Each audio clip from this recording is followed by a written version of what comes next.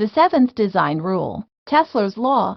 Tesler's law, also known as the law of conservation of complexity, states that for any system there is a certain level of complexity that cannot be reduced. According to the law, each application has a certain degree of complexity that either the developer or the user has to deal with.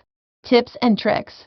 Number 1. Remove the main burden on users at the stage of development and design of the system. Number 2. Don't oversimplify. It is impossible to make a product without a single complexity, but by simplifying the system, you make it more difficult to work on it.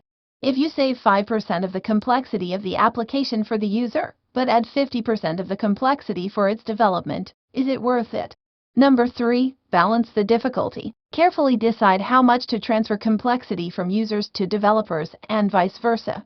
Number 4. Before you simplify the processes, analyze whether such a function is required at all.